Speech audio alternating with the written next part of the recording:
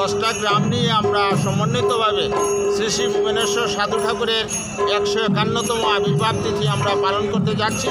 আজকে আমরা শুভ দিবস, কালকে আমাদের পড়াহে গোস্বাইমদেব ভাতৃদ্বিতীয়া, সেটাতে আমাদের সকালে আমরা 4টার সময় আমরা ওনার চিত্রপট নিয়ে নবগড় পরিক্রমা করব।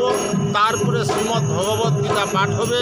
তারপরে আলোচনা সভা, এই আলোচনা সভায় বিশেষ করে নবদ্বীপ এবং বৃন্দাবন থেকে যারা আমাদের বৈষ্ণবীয় মার্গের লোক তারা উপস্থিত হবেন এবং বিশেষ করে আমাদের এই শিলচর কনস্টিটিউয়েন্সির এমএলএ মহোদয় শ্রীযুক্ত দিলীপ কুমার মহাশয় কালকের এই আলোচনা সভায় বিশিষ্ট অতিথির আসন অলঙ্কৃত করবেন এবং বিশিষ্ট গুণীজন আসবেন।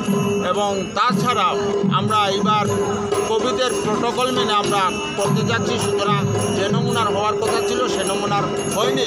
তবু ভক্তবৃন্দ এবং জনসাধারণ এই এলাকাবাসীর অশেষ সহযোগিতায় আমরা করতে যাচ্ছি। তার জন্য আমরা সবাইকে আমরা মিডিয়ার মাধ্যমে ধন্যবাদ জানাই। তাছাড়াও আজকের মিডিয়ার লোক এই সময়ে এসে আমাদের কাছ থেকে যে নমুনার সংবাদ সংগ্রহ করেছেন তাদেরকেও আমাদের পক্ষ থেকে অশেষ ধন্যবাদ।